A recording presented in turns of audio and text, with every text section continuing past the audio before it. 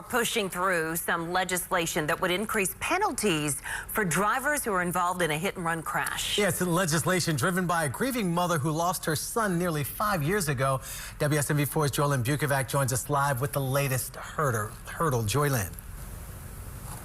Yeah, good morning. This is all about the James Bardsley Life Protection Act, and it moved through the House subcommittee, the Criminal Justice Subcommittee there just yesterday. And so this means that drivers involved in hit-and-run crashes that leave the scene, they could be spending more time behind bars if this eventually becomes law. So the legislation would increase penalties for drivers who leave the scene of a serious crash involving serious injuries or death. So this proposal comes after the death of Jimmy Bardsley, a 19-year-old who was hit and killed in a hit-and-run accident. His mother, Kim Webb, has been advocating for change. There's no way someone saw what happened and drove away thinking, oh, I'm sure he's fine.